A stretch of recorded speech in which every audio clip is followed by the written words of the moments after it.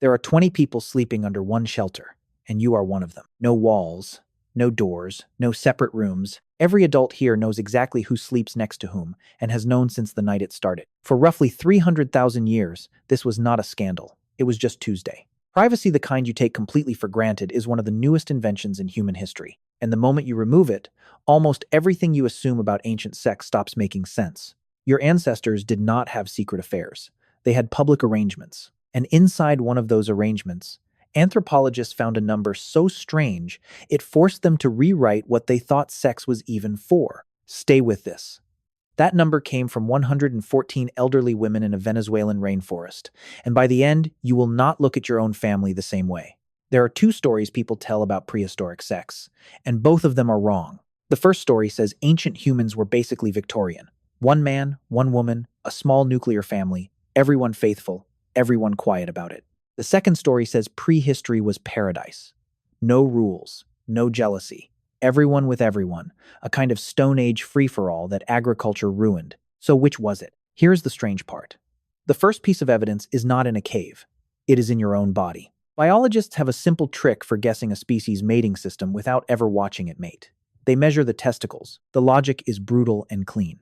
If females regularly mate with several males in one fertile cycle, then sperm from different males end up competing inside the same body. In that world, the male who produces more sperm wins more often, so evolution inflates the organs that make it. Chimpanzees live in exactly that world. Female chimps mate with many males, and male chimps have enormous testes for their body size. Gorillas live in the opposite world. One dominant silverback controls a group of females, and rival sperm almost never meets. Gorilla testes are roughly the size of a kidney bean, on an animal that can weigh over 400 pounds. Now where do you sit? Far, far closer to the gorilla. Human testes are modest.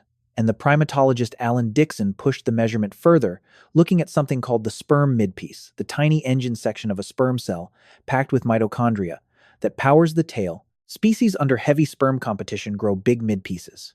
Human midpiece volume is among the smallest ever recorded in primates. Your anatomy is not the anatomy of a free-for-all, but that is not the strange part. Because when anthropologists went and actually looked at living hunter-gatherers, the Victorian story fell apart too. In 2003, the anthropologist Frank Marlowe analyzed foraging societies in the Standard Cross-Cultural Sample, a curated database used to compare human cultures worldwide. He found that in about 2/3 of forager societies, fewer than 12% of married women were in polygynous marriages, meaning one husband with multiple wives. Only in about 13% of those societies did the rate climb to half. So pair bonds were real. They were the norm, but they were not the whole picture. In 2011, Robert Walker, Kim Hill, and Mark Flynn published a study in PLOS One, reconstructing ancestral marriage practices by mapping hunter-gatherer cultures onto family trees built from mitochondrial DNA, genetic material passed down the maternal line. Their conclusion: some form of marriage appears in every documented human society, stretching back at least to early modern humans. Ancient humans married. They just did not marry the way you think. Marriages ended constantly. Death, divorce, and remarriage were routine, producing what researchers call serial monogamy. Most people had 2 or 3 significant partnerships across a lifetime, not one, which raises a question nobody likes the answer to. If pair bonds were normal, and jealousy existed, what happened when a woman took a second partner anyway? To answer that, go to the forests of northern Venezuela. In the 1990s, the Penn State anthropologist Stephen Beckerman was working with the Barí people alongside Roberto Lizarralde, a researcher who had visited them for decades. Beckerman was lying in a hammock when an elderly Barí woman named Rachel corrected him on how babies are made. Her first 3 children, she said, had one father.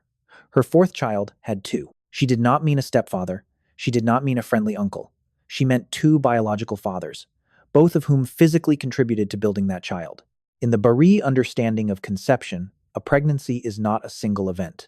Semen accumulates over months, and every man who contributes helps form the baby. Anthropologists call this partible paternity fatherhood that can be divided. And this was not a rumor or a secret. It was an institution. A pregnant Barí woman could take a lover. At the birth, she named him out loud, in front of everyone. From that moment, the secondary father carried a public obligation. He brought fish and game to that mother and that child. Here's where it gets uncomfortable for anyone assuming this was one weird tribe.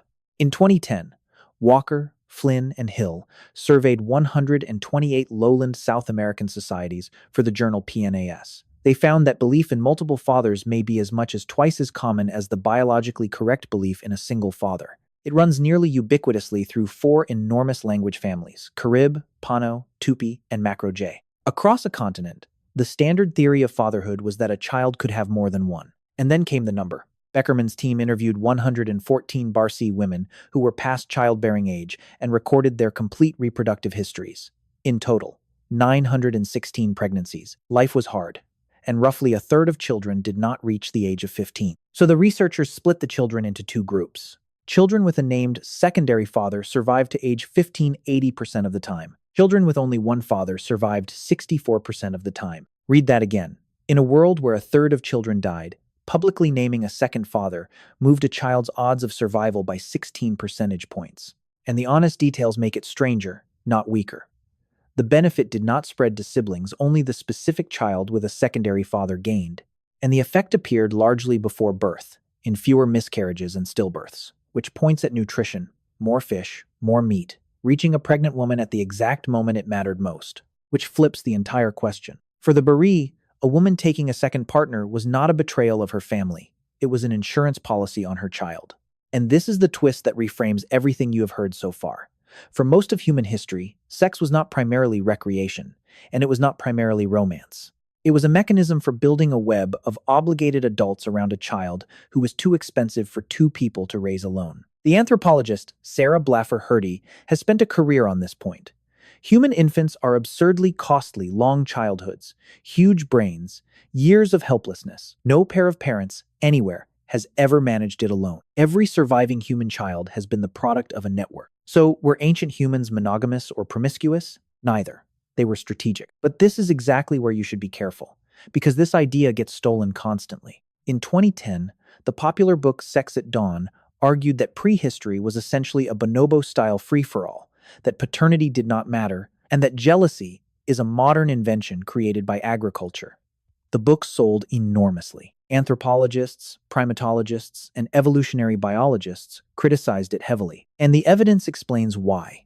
Your anatomy points away from a free-for-all, and the ethnography does not show an absence of rules. It shows different rules, carefully negotiated. Even among partible paternity societies, researchers describe a whole spectrum. At one end, extramarital sex is treated as immoral, and jealous men commit violence against wives who engage in it. Ancient sex was governed. It was simply governed by an agreement made out loud instead of a promise made in private. And once in a while, that world left something behind you can still look at. Near Bethlehem, in the Judean desert, there is a cave called Ein Sakri. Around 11,000 years ago, someone there picked a smooth calcite pebble out of a riverbed and carved it, about 4 inches tall, into two human figures wrapped completely around each other, face to face, knees drawn up, arms across shoulders. They have no faces. There is nothing in the stone that tells you their gender. It is the oldest known representation of two people having sex, and it sits in the British Museum today. And the detail that matters most is where it was found. Not in a grave. In a dwelling. A place where people lived. Somebody carried this object around while they were alive. 11,000 years ago, at the very dawn of farming, a human being held a stone and chose to record not a hunt, not a god, not a kill, but two people holding each other. There is one last thing, and it stretches the definition of ancient mating further than most people are comfortable with. The paleogeneticist Svante Pääbo won a Nobel Prize for sequencing the Neanderthal genome. His work showed that people with ancestry outside Africa carry roughly 1 to 2% Neanderthal DNA, which means ancient humans did not restrict themselves to their own kind of human. Somewhere in the deep past, your ancestors and another human species met, and the evidence is written into the cells reading this sentence to you right now. So, look at your own life for a moment. You will likely have 2 or 3 serious partnerships across a lifetime. Around any child in your world sits a ring of obligated adults, grandparents, teachers, a daycare worker, a godparent, a family friend who always shows up. You still build the network. You just do it with paperwork and unspoken agreements instead of a name spoken aloud at a birth. The Barí did the same arithmetic. They were only more honest about it. Tonight, you will close a door. Your ancestors never had one.